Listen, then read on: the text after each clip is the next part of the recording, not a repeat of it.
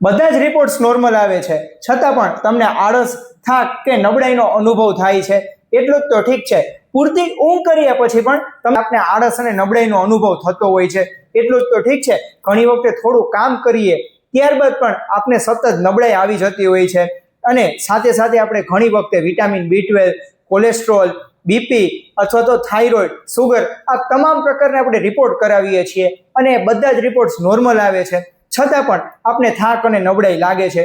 એટલું જ તો ઠીક છે. આ સમયમાં તો કેટલા લોકો એવા પણ છે કે જેમને B12 ની ગોળીઓ, વિટામિનની ગોળીઓ સાથે પ્રોટીનના ડબલા, આ જે તમામ વસ્તુઓ છે તે લોકો ખાલી કરતા હોય છે, છતાં પણ તેમને કોઈ જાતનો કાંઈ ફરક રહેતો નથી, અને ઉલટાની તેમને નબળાઈ અને આળસ તેમને વધતી જતી હોય છે. તો એ પાછળનું કારણ કે આપણા શરીરમાં રહેલો આમ એટલે કે મિત્રો, હું કેરીની વાત નથી કરતો. આમ એટલે કે તમારા શરીરમાં રહેલો જે બિનજરૂરી કચરો, એટલે કે આપણે તેમને ઇંગ્લિશમાં કહીએ તો ટોક્સિન્સ. જી હા મિત્રો. તો મિત્રો, આજે આમ દોષને આપણે કુદરતી રીતે દૂર કરવા માટે આપણે શું કરવું જોઈએ, અને આપણે કુદરતી રીતે આપણા શરીરને સ્ફૂર્તિવાન બનાવવા માટે આપણે શું કરવું જોઈએ, તે આજના વિડીયોમાં આપણે જરૂરથી જાણીએ. તો મિત્રો, કેમ છો? મજામાં? હું છું ડોક્ટર રાજન, અને આપણે આજે જાણીએ કે આ આમ દોષને દૂર કરવા માટે આપણે શું કરવું જોઈએ. તો મિત્રો, આમ કે જ્યારે આપણે લીધેલો ખોરાક જે આપણા શરીરમાં પચતો નથી, અને આપણે કહેવતની આપણે યાદ કરીએ કે લીધેલો ખોરાક તમારો નથી, પરંતુ પચાવેલો ખોરાક જ તમારો છે. જી હા મિત્રો. એટલે કે મિત્રો, જ્યારે આપણે ખોરાક લઈએ અને જેમનું જ્યારે સરળતાથી પાચન ન થાય, અને એ ખોરાક આપણા આંતરડામાં પડ્યો રહે છે, અને એ જે આંતરડામાં પડી રહેલો ખોરાક કે જ્યારે ઘણી વખતે અનડાઇજેસ્ટેડ ફૂડ તરીકે આપણે તેમને ઓળખીએ છીએ, અને આ જે અનડાઇજેસ્ટેડ ફૂડ કે જે ઘણી વખતે આપણે શરીરમાં ઉપયોગ પણ નથી થતો, અને આપણા શરીરમાંથી બહાર પણ નથી નીકળતું, અને પરિણામે એ જે અનડાઇજેસ્ટેડ ફૂડ તે આમમાં પરિવર્તન થાય છે, એટલે કે કાચો આમ, એટલે કે મિત્રો તેને આપણે બિનજરૂરી કચરો તરીકે ઓળખીએ છીએ. અને જ્યારે આમ દોષ વધે છે ત્યારે આપણા શરીરમાં રહેલા 3 દોષ, એટલે કે વાત, પિત્ત અને કફ, આ ત્રણેય પ્રકારના દોષ વચ્ચેનું સંતુલન બગડી જતું હોય છે. પરિણામે આપણા શરીરમાં અનેક પ્રકારના રોગોની ઉત્પત્તિ થતી હોય છે, એટલે કે આપણું શરીર અનેક રોગોને નોતરું આપે છે. અને જ્યારે આપણા શરીરમાં જ્યારે આમ વધે છે, અને તેને કારણે આપણે પોષક તત્વોની કમી ઊભી થાય છે. કેમ? કારણ કે જ્યારે અનડાઇજેસ્ટેડ ફૂડ મટીરિયલ છે કે જે આંતરડામાં જે પડી રહેલું છે, અને તેને કારણે આપણે જે લીધેલો ખોરાક છે કે જેમાંથી જે પોષક તત્વો છે તે સરળતાથી આંતરડામાં એબ્સોર્બ નથી થતા, અને પરિણામે આપણે વિટામિન અને મિનરલ્સની કમી ઊભી થાય છે. અને સાથે સાથે આપણે ઘણી વખતે વિટામિન B12 ના ટીકડાઓ લઈએ છીએ, છતાં પણ આપણે આવી તમામ સમસ્યાઓ અવારનવાર રહેતી હોય છે, કારણ કે સરવાળે તેમનું પાચન જ બરાબર થતું નથી. અને મિત્રો, આયુર્વેદમાં એક કહેવત છે કે સર્વે રોગાધિ અપી મંદાગ્નિ, એટલે કે મિત્રો, તમામ રોગોની માતા એટલે કે પાચન શક્તિની મંદતા છે. જી હા. એટલે કે જો તમારી પાચન શક્તિ જ મંદ હશે, એટલે કે તમારો જઠરાગ્નિ જ મંદ હશે, તો જરૂરથી તમારા શરીરમાં અનેક પ્રકારના રોગો આવતા હોય છે. તો મિત્રો, આ જે જઠરાગ્નિ મંદ છે એ પાછળના લક્ષણો, એટલે કે આપણા શરીરમાં જ્યારે કાચો આમ વધી ગયો છે એ પાછળના લક્ષણો શું?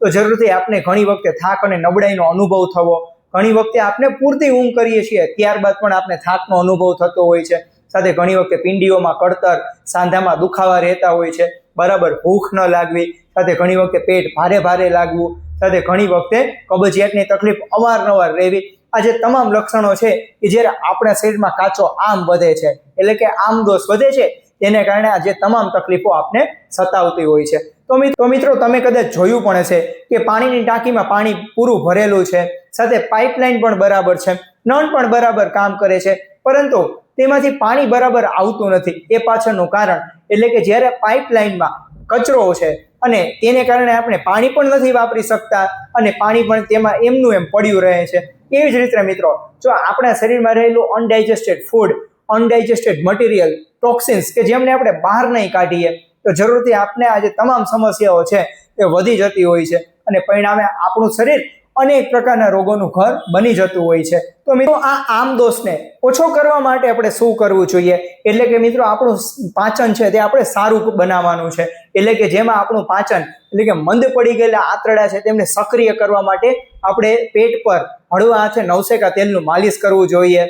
અને મિત્રો, આ જે આમ દોષને કુદરતી રીતે ઓછો કરવા માટે આપણે શું કરવું જોઈએ? એટલે કે આપણે નિયમિત વોકિંગ, સાથે આપણે રાત્રે વહેલું જમી લેવું જોઈએ, અને ભૂખ કરતાં આપણે ઓછું જમવું જોઈએ, અને આપણે જે મંદ પડી ગયેલા આંતરડા છે તેને આપણે પુનઃ સક્રિય કરવા માટે આપણે પેટ પર હળવા હાથે નવશેકા તેલનું આપણે માલિશ કરવું જોઈએ.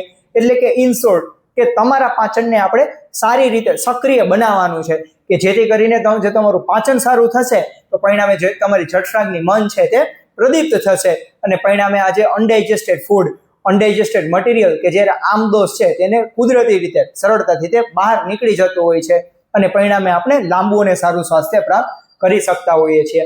પરંતુ મિત્રો પ્રશ્ન એ થાય કે આ આમને કુદરતી રીતે દૂર કરવા માટે આપણે શું કરવું જોઈએ? એટલે કે આયુર્વેદ અનુસાર પ્રાચીન પદ્ધતિ એટલે કે 5 થી 6 દિવસ આપણે એક એવી અમુક વસ્તુનું સેવન કરવાનું છે. તે જરૂરથી આપણે આગલા વિડીયોમાં આપણે જરૂરથી જાણીએ. તેના માટે આ ચેનલને જરૂરથી સબસ્ક્રાઇબ કરવા વિનંતી છે.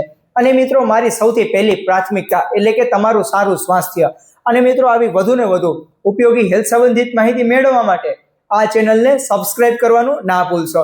અને આશા રાખું છું આ માહિતી તે તમારા દરેક મિત્રો સુધી પહોંચાડો. ત્યાં સુધી સ્વસ્થ રહો, મસ્ત રહો. જય ધન્વંતરી, જય આયુર્વેદ.